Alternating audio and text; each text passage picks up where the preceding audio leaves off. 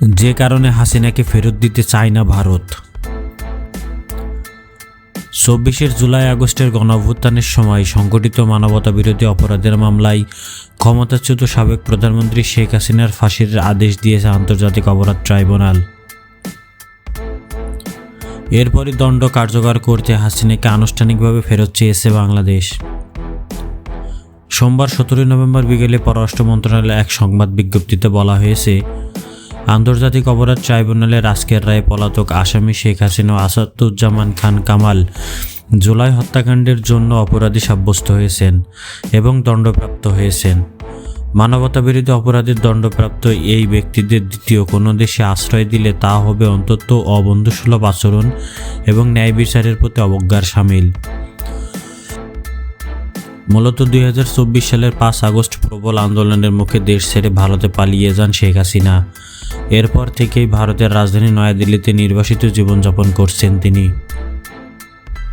এদিকে শেখ হাসিনাকে ফেরত দেওয়ার জন্য বারবার বাংলাদেশের পক্ষ থেকে ভারত সরকারের কাছে অনুরোধ করা সত্ত্বেও তাকে ফেরত দেওয়া হয়নি।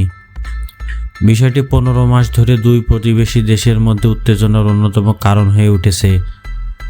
শেখ হাসিনাকে মানবতাবিরোধী অপরাধের জন্য দোষী সাব্যস্ত করে মৃত্যুদণ্ড দেওয়ার ঘটনায় এই উত্তেজনা নতুন উচ্চতায় পৌঁছাবে বলে আশঙ্কা করা হচ্ছে। যদিও হাসিনার ফাঁসির রায়ের পর এক বিবৃতিতে হাসিনা পরবর্তী বাংলাদেশ সরকারের সঙ্গে সহযোগিতামূলক সম্পর্ক গড়ে তুলতে আগ্রহী বলে জানিয়েছে ভারত।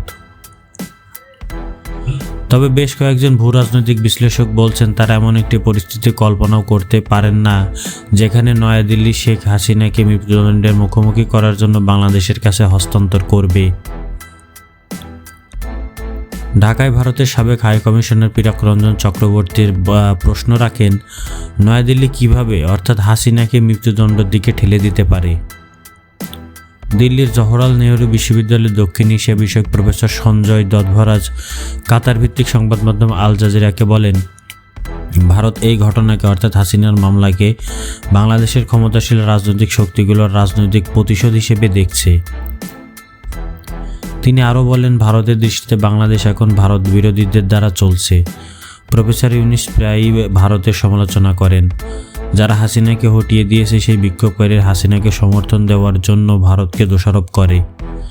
এই পরিস্থিতিতে যদি হাসিনাকে হস্তান্তর করা হয় তাহলে তারা ভারত বিরোধিতা করছেন, তাদের বৈধতা দেওয়া হবে। এই জন্য ভারত হাসিনাকে ফেরত দিবে না। প্রিয় দর্শক, এই ধরনের নিউজ পেতে চ্যানেলটি সাবস্ক্রাইব করে আমাদের সাথেই থাকুন। আল্লাহ হাফেজ।